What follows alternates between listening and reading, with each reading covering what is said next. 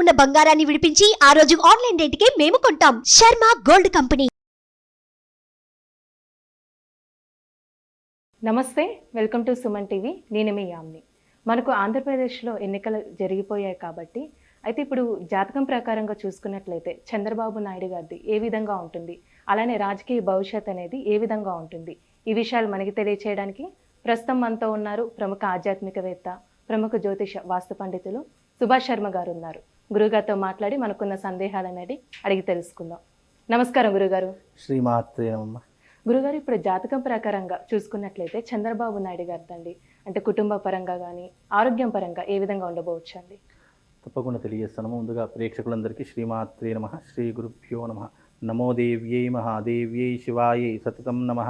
నమ ప్రకృత్యై భద్రాయై నిహతాం ప్రణతాస్మిత.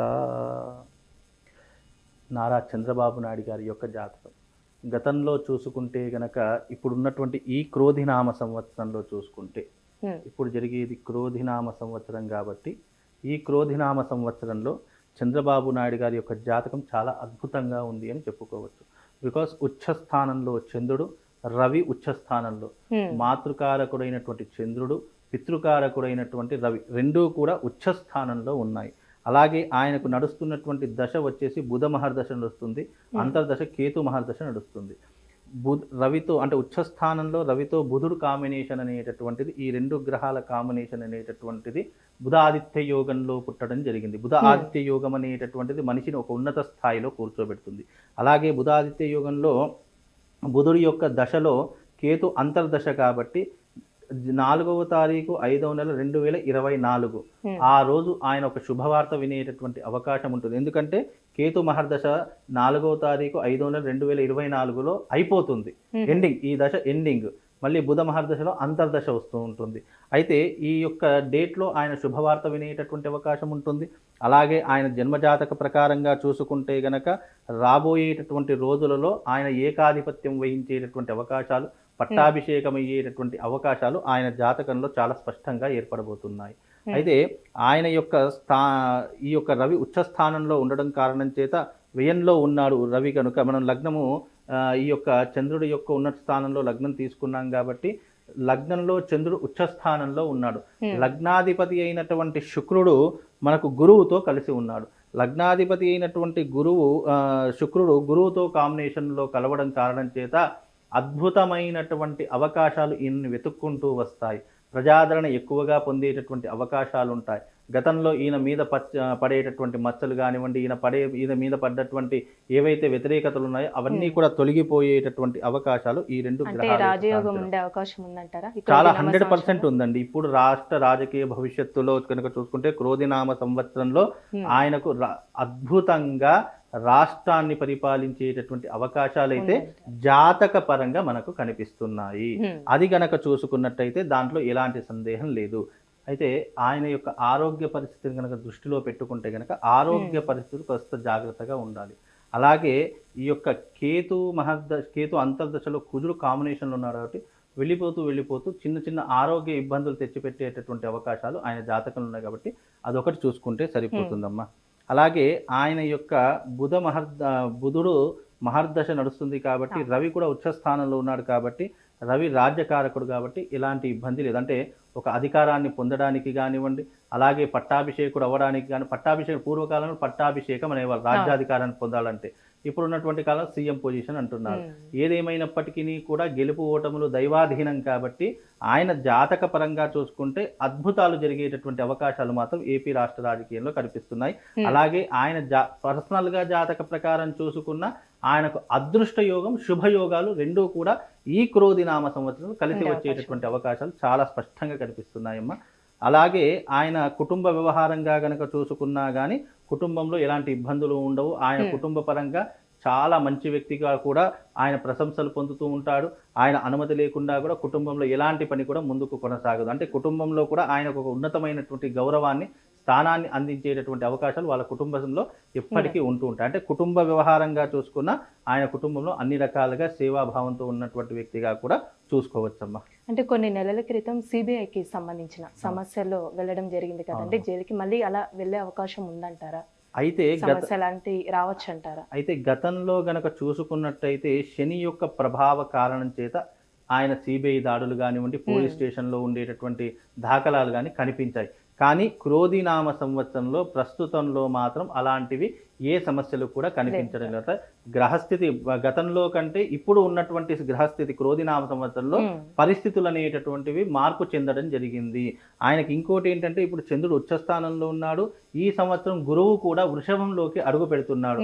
అంటే వృషభంలోకి అడుగు పెట్టాడు అంటే చంద్రుడు ఉచ్చస్థానంలో, గురువు చంద్రుడు రెండు కాంబినేషన్లో ఉంటూ ఉంటాయి. దాని కారణం చేత కూడా ఆయనకు ఉన్నటువంటి ఏవైతే నెగిటివ్స్ ఉన్నాయో అవన్నీ కూడా వెళ్ళిపోయేటటువంటి అవకాశం, ఎవరైతే ఆయనను విమర్శించారో వాళ్ళే ప్రశంసించేటటువంటి అవకాశాలు చాలా మట్టుకు కనిపిస్తాయి. ఇన్ని రోజులు ఎవరైతే ఆయనను కాదు అనుకొని వెళ్ళిపోయారో వాళ్ళు మళ్ళీ ఆయన పాదాలు పట్టుకొని ఆయన దగ్గరికి వచ్చేటటువంటి అవకాశాలు కూడా ఎక్కువ శాతం కనిపిస్తున్నాయి. అంటే విమర్శించినటువంటి వాళ్ళే ఆయన యొక్క ఎదుగుదలను చూసి మళ్ళీ ఆయన పాదాల దగ్గరికి వచ్చేటటువంటి దాఖలాలు ఈ క్రోధినామ సంవత్సరంలో ఏర్పడుతూ ఉంటాయి. ఇప్పుడు రాశి పరంగా చూసుకున్నట్లయితే ఏ విధంగా ఉండొచ్చు? ఆయన యొక్క రాశి కనుక చూసుకుంటే వృషభ రాశి కృతికా నక్షత్రం అవుతుంది.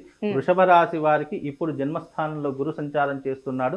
కాకపోతే చంద్రుడు ఉచ్చస్థానంలో ఉండడం కారణం చేత ఆయనకు ఈ యొక్క యోగం అనేటటువంటిది ఉపయోగపడేటటువంటి అవకాశాలు ఉన్నాయి తప్ప దాంట్లో ఎలాంటి ఇబ్బంది లేదు.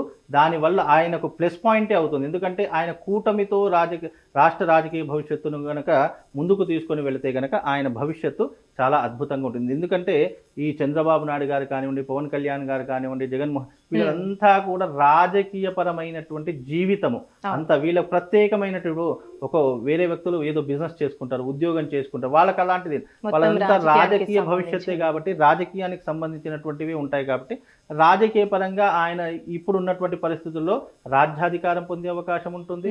ఆరోగ్య పరిస్థితులు కొద్దిగా మెరుగుపడేటటువంటి అవకాశం ఉంటుంది. అదే గతంలో పోల్చుకుంటే ఇప్పుడున్నటువంటి స్థితుల ప్రకారం ఆయన కొంతవరకు మేలు జరిగేటటువంటి అవకాశం ఉంది అని కూడా చెప్పుకోవచ్చమ్మా. ఇప్పుడు కుజుడి అనుగ్రహం ఏ విధంగా ఉండొచ్చండి? అంటే క్రోధినామ సంవత్సరంలో కుజుడు రాజయ్యాడు కాబట్టి, ఇతని జాతకంలో కుజుడు కేతువుతో కలిసి ఉన్నాడు కాబట్టి ఇక్కడ ఉన్నటువంటి ఈ యొక్క డేట్ ప్రకారము ఆయన 4వ తారీఖు 5వ నెల 2024 నుండి మొదలుకుంటే గనక ఇక్కడ మళ్ళీ 2025 వరకు ఆయనకు అన్ని రకాలుగా పరిస్థితులు అనుకూలించేటటువంటి పరిస్థితులు ఏర్పడతాయి.